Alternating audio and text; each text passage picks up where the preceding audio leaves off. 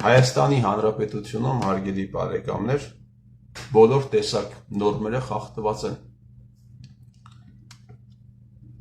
Յանի նորմ կար, բայց եղածնել է խախտվել, սահմանադրությունը վաղուց վերահասվել ջնջոցի, գրված նորմերը խախտվել են, չգրված նորմերը խախտվել են, օրենքները խախտված է։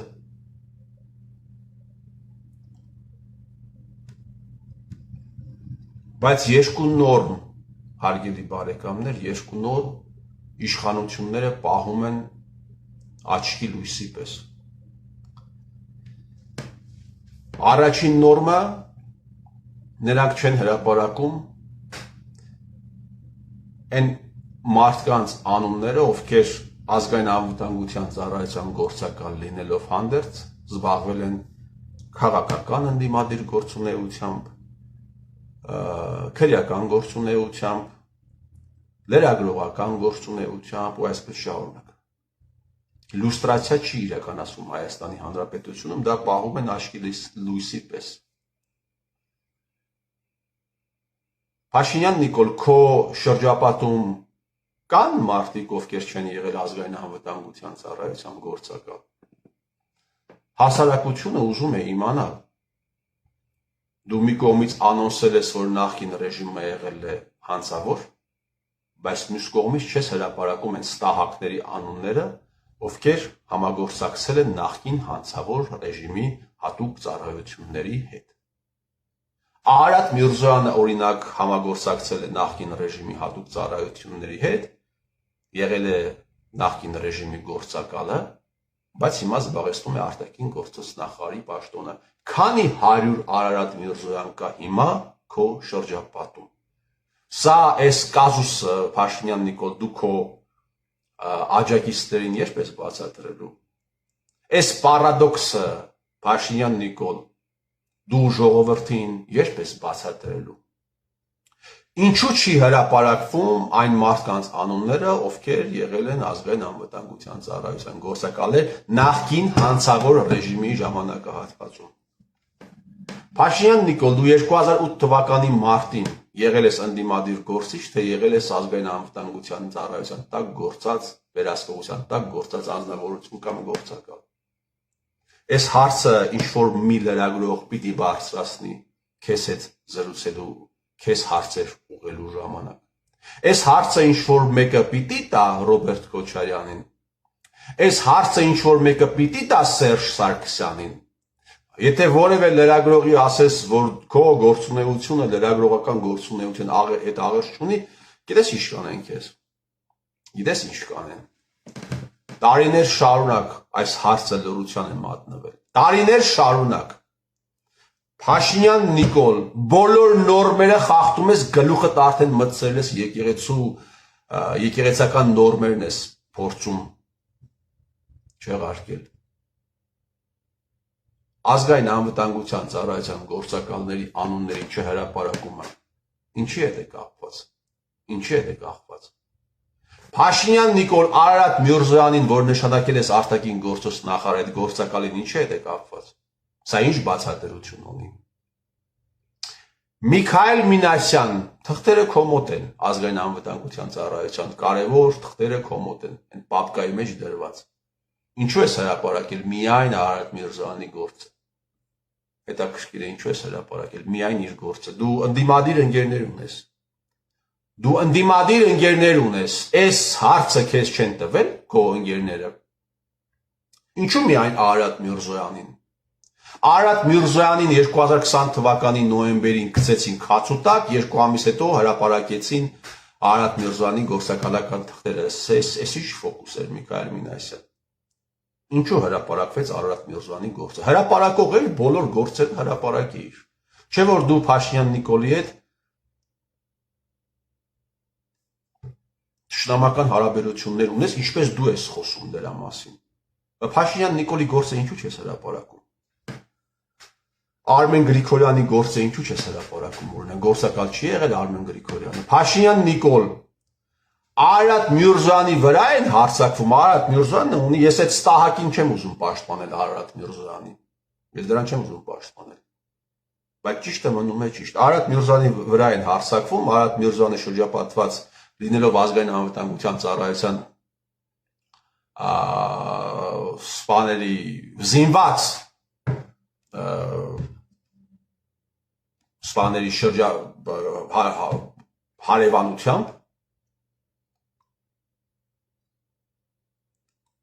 որևէ մեկը նույնիսկ օդը չի կրակում։ Սա ինձ հիշեցնում է Արարատ Միրզոյանի վրա հարձակումը, ինձ հիշեցնում է ՊՊՑ գունդ եմ ասում, ռադիոդան գրավում։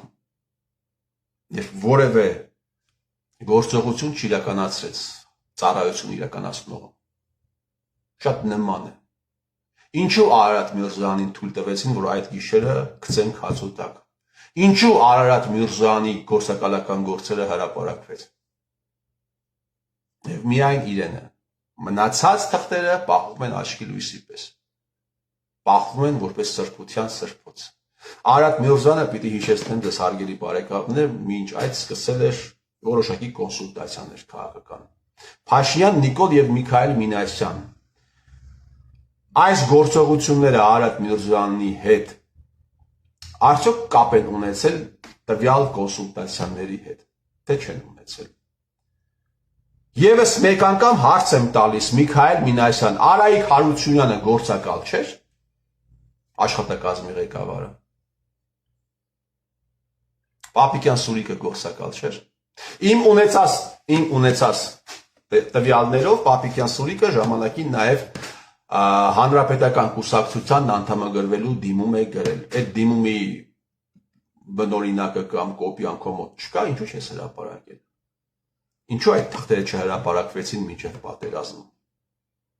Այս հարցերի վերաբերյալ պիտի վերջը քննարկում տեղի ունենա Հայաստանի Հանրապետությունում, թե կարևորը հացահատիկի կարգերն են, կարևորը Ադրբեջանի նախագահ Սևանին ինչ կասի ու այսպես շարունակ։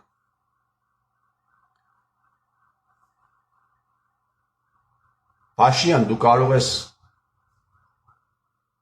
7 տարի կարող ես խաբել մարդկանց, բայց եւս 7 տարի քո մոտ չի ստացվելու։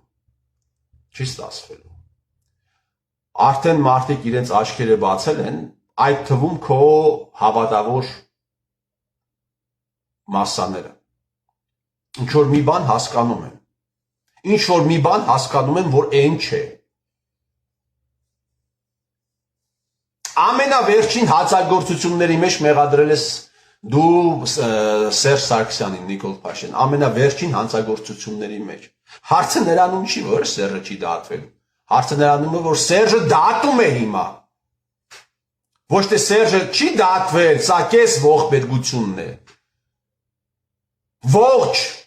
Ողբերգությունը նրանում է, որ Սերժն է դատում։ Այս ամեն ինչի բացատրությունը դու երբ ես տալու։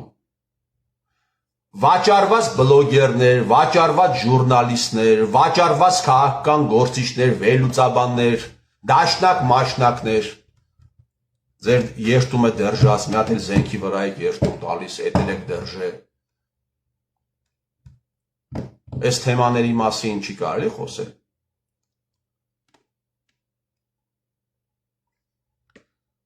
Երկրորդ նորմը առևտրային գաղտնիք, հարգելի բարեկամներ։ Լրություն է։ Այս նորմը եւս չի խախտվում, բոլոր նորմերը խախտել է, ելի եմ ասում ընդհուպ մինչև եկեղեցական նորմեր։ Այս նորմը պահվում է համարյա աչքի լսի պես։ Բանկային գաղտնիքի մասին օրենքը ոնց խախտեն։ Ամեն ինչ կարելի է խախտել, բայց դա ոչ։ Առևտրային գաղտնիքի մասին օրենքը ոնց խախտեն։ Փաշինյան Նիկոլ, Արցախում $800 միլիոն վարկ է տրվել։ Նույնիսկ ինձ պատմում են դեպքեր, որ եղել են մարդիկ, ովքեր վարկ են վերցրել, կամ փոխառություն են վերցրել, հեկ են կառուցել։ Դավադրությունից հետո այդ ուրիշի միջոցներով կառուցված հեկը, որը փաստացի իրենց չի, իրենց սեփականությունը չի, միջև իրենք գրավադրված եղել ինչ-որ բանկում, այդ ամենը, միջև իրենք չէ, Մարեն վարկը, այդ գույքը իրենց սեփականությունը, փաստացի իրենց սեփականությունը չի։ Բայց հայերը կարողացել են իրենց սեփականություն չհանդիսացող գույքը վաճառեն ադրբեջանցիներին մաս-մաս։ Իմիջիայլոց սրա մասին դու ես խոսում։ Մյուս կողմից որպես տուժված մարդիկ Հայաստանի Հանրապետության կառավարությունից կոմպենսացիոն ստանալ եւ գումարած սրան 2023 թվականի դեկտեմբերին կառավարության որոշմամբ ջերվել են իրենց վարկերը։ Հասկանում եք ինչ աֆյորա է տեղի ունեցել հարգելի բարեկամներ։ Հարգելի նիկոլականներ։ Ես մեկ-մեկ ձեզ ասում եմ ամորալ դեբիլներ, ինչպես նաև ընդդիմադիրներին եմ ասում ամորալ դեբիլներ, բայց մի պահ եկեք այս գործի վրա ուշադրություն դարձնենք, մարդը վարկ է վերցնում հեկ է կառուցում, որպեսզի պատերազմից անմիջապես հետո հեկը մաս-մաս վաճառի ադրբեջանցիներին, այնտեղ գրաֆիկ էր տրված, չէ, Քելբաջարից պիտի դուրս գա զորքերը մինչև նոյեմբերի այսինչ օրը, Լաչինից մինչև նոյեմբերի այնինչ օրը, հա? Այդ ընթացքում իրենք կարողացել են հարմարացնել եւ վաճառել իրենց հեկերը մաս-մաս ադրբեջանական կողմին։ Ու պլյուս Հայաստանի կառավարությունից կոմպենսացիոն ստացել, պլյուս ջրվել են իրենց վարկերը։ 70% կառավարությունը ստանձնեց, 30% առևտրային բանկերը դուրս գրեցին։ Հիմա հարց։ Անունները ինչու չես հրապարակում Փաշինյան Նիկոլ այդ մարդկանց։ Ինչի հետ է կապված, որ դու անունները չես հրապարակում։ Սա ունի մեկ բացատրություն ընդամենը։ Սա ունի ընդամենը մեկ բացատրություն, դու այդ գործարքի մաս ես։ Ուրիշ բացատրություն չկա։ Սա ունի ընդամենը մեկ բացատրություն Փաշինյան Նիկոլ, դու որ տարիներ շարունակ քեզ ցույց ես տվել որպես ռեժիմին ընդդիմադիր, դու ռեժիմին ընդդիմադիր չես եղել։ Սա Հայաստանի Հանրապետության, Հայաստանի երրորդ հանրապետության ամենամեծ բլեֆն է եղել, որը դու իրականացվել է քո կողմից։ Այս ֆարսը երբ պիտի բացահայտվի։ Ամբողջապես։ Այս ֆարսի մասին երբ պիտի падգամավորները ելույթ ունենան։ Երբ։ Հրանտ Բակրատյան, դու 2017 թվականի ապրիլի 2-ին տենց 10-11-ի կողմ գրեցիր, որ մի ստատուս գրեցիր 17 թվականի ապրիլի 2-ի երեկոյան, խորը երեկոյան, դա պարլամենտական ընտրությունների օրն էր, որ 4 իշխանական ուժեր մտան պարլամենտ, նկատի ունենալով նաև ելքը, նկատի ունենալով նաև Փաշինյան Նիկոլին, նկատի ունենալով այն, որ Փաշինյան Նիկոլը իշխանական պրոյեկտ է, հեղափոխություն կոչվածից հետո, այդ բեմականացումից հետո, հազարավոր ինտերվյուներ ես տալիս, տվել, տալիս, շատ գերագետ վերլուծություններ, մեկնաբանություններ, Փաշինյան Նիկոլ Սերժ Սարգսյան կապի մասին լռություն է, ինչու, պարոն Բագրատյան, ինչու, ինչ է կապված։ Ընդհանրապես քաղաքականության մեջ երբ շատ զարմանալի բաներ են տեղի ունենում, դա ունի երկու պատճառ։ Ոչ միայն քաղաքականության մեջ, այլ նաև կյանքում, բայց առավել եւս քաղաքականության մեջ երկու պատճառ կա։ Մեկը սեքսն է, մյուսը փողն է։ Ես այլ պատճառ չգիտեմ։ Որն է պատճառը, որ այս թեմաների մասին, որն է պատճառը, որ սա չի դառնում դոմինանտ թեմա, որն է պատճառը։ Էլի եմ ասում, Նիկոլ Փաշինյան, անունները ինչու չես հրապարակում։ Այդ դա առևտրային գործունեություններ չէ, հանցավոր գործունեություն իրականացած այդ աֆերիստների անունների չհրապարակումը, ինչի է կապված։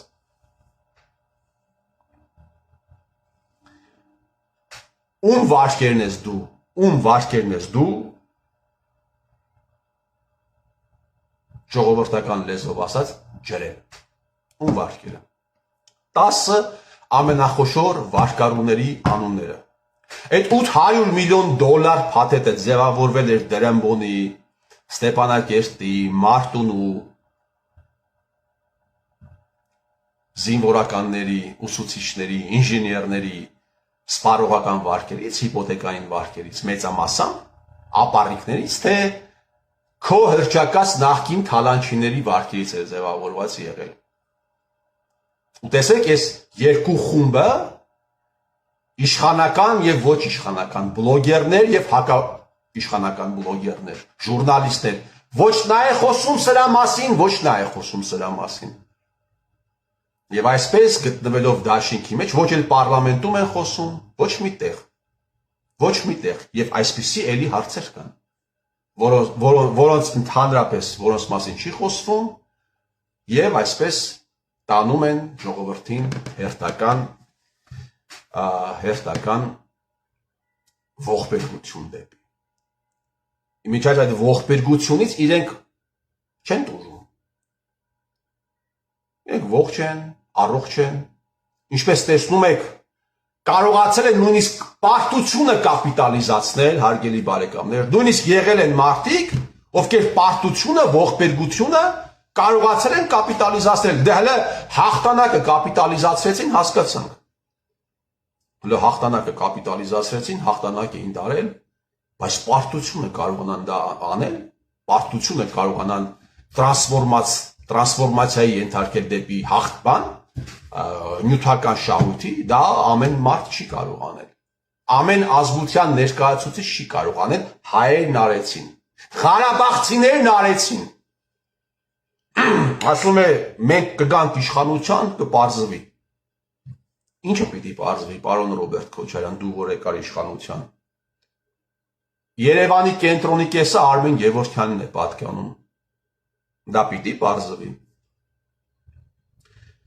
Հələ իշխանության չես եկել, Գառնիկ Դանիելյանը ստորություն, խուլիգանություն է անում Մասուր կաֆեում։ Որ եկար իշխանության կարող է մարդմուրդ սպանի Մասուր կաֆեում։ Հարց է։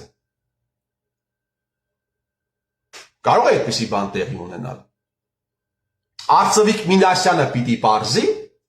Արծվիկ Մինասյանը պիտի խոսի այն գործակալների մասին, ովքեր 18 թվականին բեմականացրել են ինչ-որ շարժում անունը դրել են հեղափոխություն, թե Արթուր Խաչատրյանը, պարոն Ռոբերտ Քոչարյան, ով պիտի պարզի։ Այս մեծ հանցագործությունը, որը տեղի է ունեցել, այս որ ամբողջ այս քաղաքական դաշտով կներեք արտահայտությանս համար խուրդեցին Արցախը, հազարավոր տղեկ էլ դրեցին հողը, այս հանցագործության մանրամասնությունները պիտի պարզվի, պարոն Ռոբերտ Քոչարյան, այն որ մարդիկ բանակ չեն ծառայել, բայց այսօր Արցախ են, Արցախի դարդով են տառապում, կամ ինչպես ժողովուրդն ասում, բոզի լաց են դրել,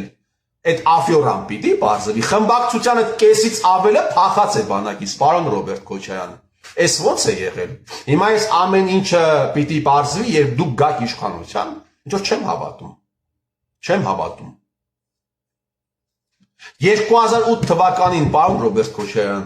Նիկոլ Փաշինյանը ազգային անվտանգության ծառայության գործակալ էր, թե ընդդիմադիր էր, ժողովրդի համար, ժողովրդի ձայնի համար պայքարող, ո՞րն էր։ Դեպքերը ցույց են տալիս, որ եղել է ազգային անվտանգության ծառայության վերահսկողության ներքո։ Ով կարող է պարզել այս ամենը, հարգելի բարեկամներ։ Միայն մեկը, ով սիստեմայի մաս չի կազմել։ Հայաստանի Հանրապետությանը, հայ ժողովրդին այսօր պետք է միայն արդարություն։ Միայն արդարություն։ Այս թեմաների մասին նույնիսկ ոչ թե կարող են, այլ պարտավոր էին խոսել հոգևորականները։ Այս դավադրության, ընդհանուր դավադրության մասին պարտավոր էին խոսել հոգևորականները, բայց դուք տեսնում եք, թե ինչ է տեղի ունենում։ Եկեղեցին բաժան են արդեն, եւ եթե ուշադրություն դարձնեք, տես օրինակ եկեղեցու թեմայով էլ կան, եկեղեցու վերաբերյալ էլ կան հարցեր, ոչ նրանք են խոսում, ոչ նրանք են խոսում։ Ոչ դաշնակ մաշնակներն են խոսում, ոչ Նիկոլենք են խոսում։ Նիկոլը պայքարում է կուսակրոնության ուխտը խախտած հոգևորականների դեմ։ Պարոն Նիկոլ, պարոն նիկոլական բլոգերներ, դու Շատ լավ գիտես, որ Կոտայքի թեմի կուսակրոն առաջնորդը ունի զավակ։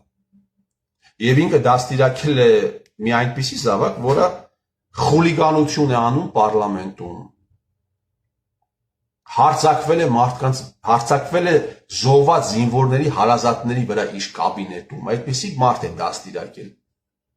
Բայց եթե դա քեզ համար անընդունելի է, Էլիբեկ Քարամյանի որդուն չէր նշանակել ազգային անվտանգության ծառայության տնօրեն, մի հատ էլ ասում ես Արգիշտի Քարամյան ունի բոլոր իրավունքները, ինչպես որ բոլորը։ 28-30 տարեկան հասակում նույնիսկ մարդիկ նոր փորձում են ինչ-որ կայանալ։ Այդ որ զասլուգայի համար է նշանակել Արգիշտի Քարամյանին ազգային անվտանգության ծառայության տնօրեն։ Այս հարցը օրինակ ինչու չեն տալիս։ Ինչու չեն բարձրացնում նիկոլական բլոգերները։ Հետաքրքիր է նաև լսել Արգիշտի Քարամյանի հոր կարծիքը Նիկոլ Փաշինյանի իրականացրածի վերաբերյալ։ Ինչ են մտածում, ինչ է ինքը մտածում այն ամենի վերաբերյալ, ինչ անում է Նիկոլ Փաշինյանը եկեղեցու հետ։ Արգիշտի Քարամյանը, Էլիբեկ Քարամյանը իմ ունեցած տվյալներով Վլադիմիր Գասպարյանի մոտ ընկերն է, նաև իրար հետ ունեն խավոր սանիկային հարաբերություններ։ Հիմա ինքը ինչ է մտածում։ Հետաքրքիր է նաև իմանալ ինչ է մտածում Վլադիմիր Գասպարյանը Նիկոլ Փաշինյանի իրականացրածի վերաբերյալ։ Ոչ մի լրագրողի մտքով չի անցել այդ հարցները։ Հետաքրքիր է իմանալ Կճոյանի Արարատյան թեմի փոխանորդի կարծիքը Նիկոլ Փաշինյանի իրականացրած այլանդակությունների վերաբերյալ։ Բացարձակ լռություն։ Կճոյանը պիտի հիշեցնեմ ձեզ, որ հարգելի բարեկամներ, բազմաթիվ քրեական գործերով էր ասնում նախկինում եւ մասնակցում էր Ավինյան Տիգրանի ինագուրացիոն այդ արարողություններին էր մասնակցում։ Ասում են բան է եկեղեցին ինչ որ կոկո բան էր, եկեղեցական վերնախավը քարեր Նիկոլ Փաշինյանի կոկորդին, դրա համար ինքը փորձում է կաթողիկոսից ազատվել։ Այսքան ողբերգություն արեց եկեղեցին ինչ որ բան հանդիսացավ, աչքեր հանդիսացավ, ինչ կապ ունի մեկը մյուսի հետ։ Ու շատ է լավ իրար հետ վերնախավը տեսել ենք, տեսնում ենք, ինչ հարաբերությունների մեջ են գտնվել, շատ լավ։ Բայց ինչ որ մարդկանց պետք է հանել հուդա, կհանեն հուդա, ինչ որ մարդուն պետք է հանել բրուտոս, կհանեն բրուտոս։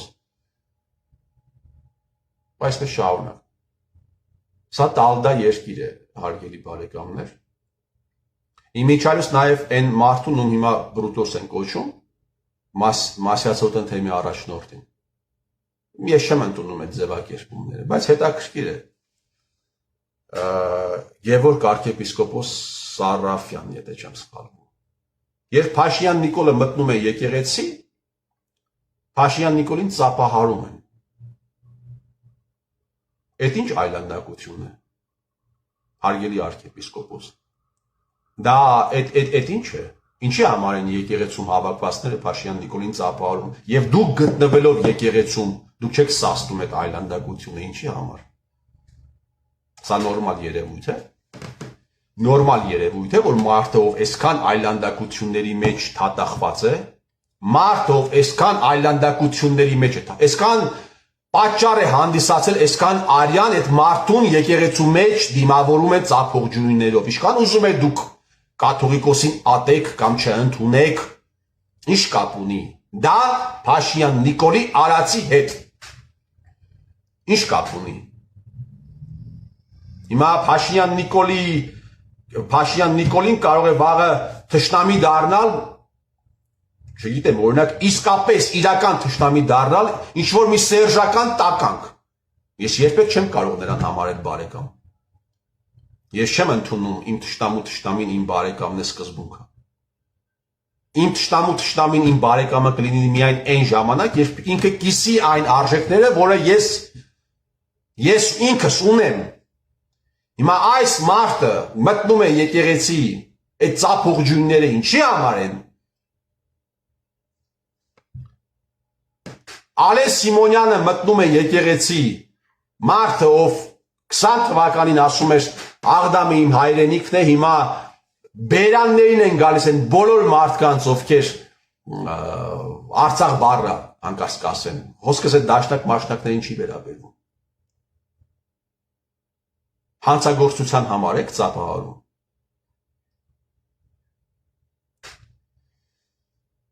Ես չգիտեմ, տա Աստված այս մղձավանջը ավարտի հայը, այս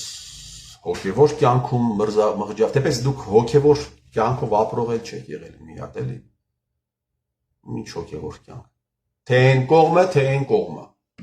Այն մեկն էլ դուրս է եկել, ասում է բանը, Արշակի այդ վիդեոները սարքած էր։ Սարքած էր, ասում է, այ մարդ, ինչի մասին է խոսքը։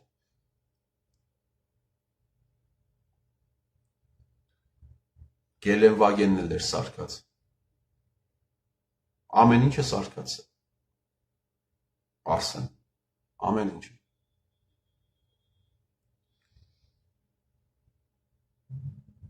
Դա Աստված էս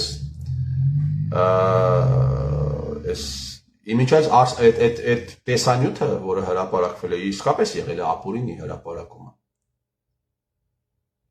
Մարդկանց կյանք են մտնում, բայց չի կարող այն չունենալ հետևանք։ Ռուսաստանում վերջերս համանման մի սկանդալ տեղի ունեցավ, հաշված օրեր հետո հեռացրեցին իրենց պրոտոիերեին, ով մեծագույն վաստակ ուներ ռուս պրավոսլավ եկեղեցու նկատմամբ, մեծագույն վաստակ։ Ինչ վաստակ է ունեցել Արշակ Սրբազան կոչվածը, որ այդպես պահում եք դրան։ Ինչ վաստակ է ունեցել, այդ ինչ քարոզներ է արել։ Ես ինքը իմ հիշողության մեջ կմնա, որպես Կոլումբիային նախկին նարկո բարոն պրեզիդենտներից մեկի հետ դատարանում երկրի կրթական համակարգը պղծողներից մեկի համար ժամանակակից հայերենով ասած վալնավատ լինելու համար։ Լինելու գործով։ Այդ հանցավոր բանդայի փոխպարագլխի համար վալնավատ, այսպես ասած, կներեք ես ժարգոնային, բայց ժամանակակից հայերեն բառն է։ Լինողներից մեկը։ Ասում են, չէ, դա սարքած է։ Ամեն ինչն է սարքած։ Դա Աստված էս մղձավանջը, հարգելի բարեկամներ, ավարտ ունենա, դա Աստված այն հայը, այն որ ավարտ է ունենալու, այո, միանշանակ դա Աստված հայը ավարտի, հայը կասեցնի, իսկ եթե ոչ, թող կասեցնի օտարը, եթե չստացվեց, թող օտարը կասեցնի, թող օտարը հային ազատի հայի լծից, հայի պղծությունից, և պղծված է աշխարհիկ իշխանությունը, և պղծված է հոգևոր իշխանությունը, ամեն ինչն եք դուք պղծել, սրիկաներ, ստահակներ, ամեն ինչը։ Այս պետությունը դարձել էր չարիք, այս պետությունը դուք դարձրեցիք չարիք,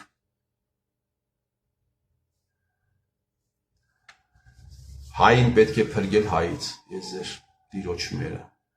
ես ձեր տիրոջ մերը։